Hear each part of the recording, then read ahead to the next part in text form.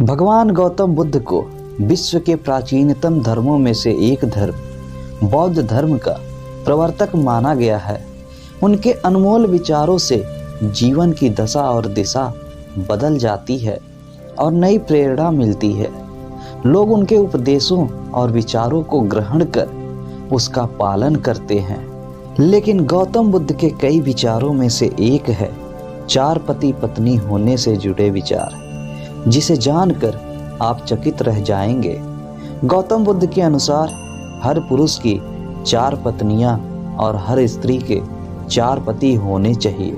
लेकिन आखिर उन्होंने ऐसा क्यों कहा और इसके पीछे का कारण क्या है, इसका जवाब आपको इस कहानी में मिलेगा। एक व्यक्ति की 4 पत्नियां थीं। उस दौर में पुरुषों को एक से अधिक पत्नियां रखने का अधिकार प्राप्त था। व्यक्ति का जीवन अपनी पत्नियों के साथ अच्छा चल रहा था, लेकिन कुछ समय बाद व्यक्ति शारीरिक परेशानियों से घिर गया और काफी बीमार पड़ गया। बीमारी इतनी जटिल थी कि ठीक होने के बजाय दिन ब दिन स्थिति खराब होती जा रही थी।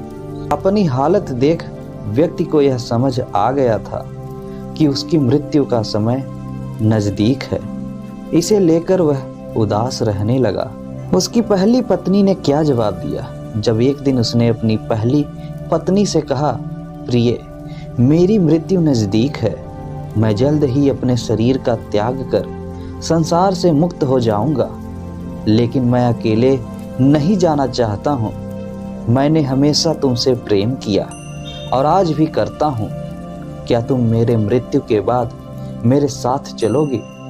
यह सुनते ही पत्नी खामोश हो गई और अंत में उसने हिम्मत जुटाते हुए पति से कहा, स्वामी, मैं जानती हूँ कि आप मुझसे बहुत प्रेम करते हैं और मैं भी आपसे उतना ही प्रेम करती हूँ, लेकिन आपकी मृत्यु के साथ हमारे अलग होने का भी समय आ जाएगा।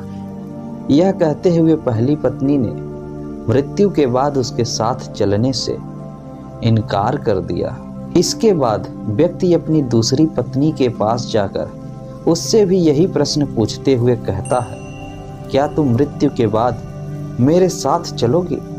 जवाब में दूसरी पत्नी कहती है, जब आपकी पहली पत्नी ने ही आपके साथ जाने से इनकार कर दिया तो मैं आपके साथ कैसे जा सकती हूँ? यह कहते हुए वह भी उसके पास से चली जाती है। व्यक्ति की मौत अब बेहद करीब रहती है और वह मृत्यु के बाद अकेले होने के कारण उदास मन से तीसरी पत्नी को बुलाकर भी यही प्रश्न करता है। तीसरी पत्नी भी मृत्यु के बाद उसके साथ जाने से इनकार कर देती है। मृत्यु को और करीब पाकर अब व्यक्ति की सारी उम्मीदें खत्म हो चुकी थी और अंत में वह अपनी चौथी पत्नी को बुलाता है और हिम्मत जुटाकर वही प्रश्न पूछता है जो उसने अपने 3 पत्नियों से पूछे थे। व्यक्ति कहता है, मैं मरने के बाद जहां भी जाऊंगा, क्या तुम मेरे साथ वहां चलोगे? तब चौथी पत्नी कहती है, स्वामी, मैं आपके साथ जरूर चलूंगी।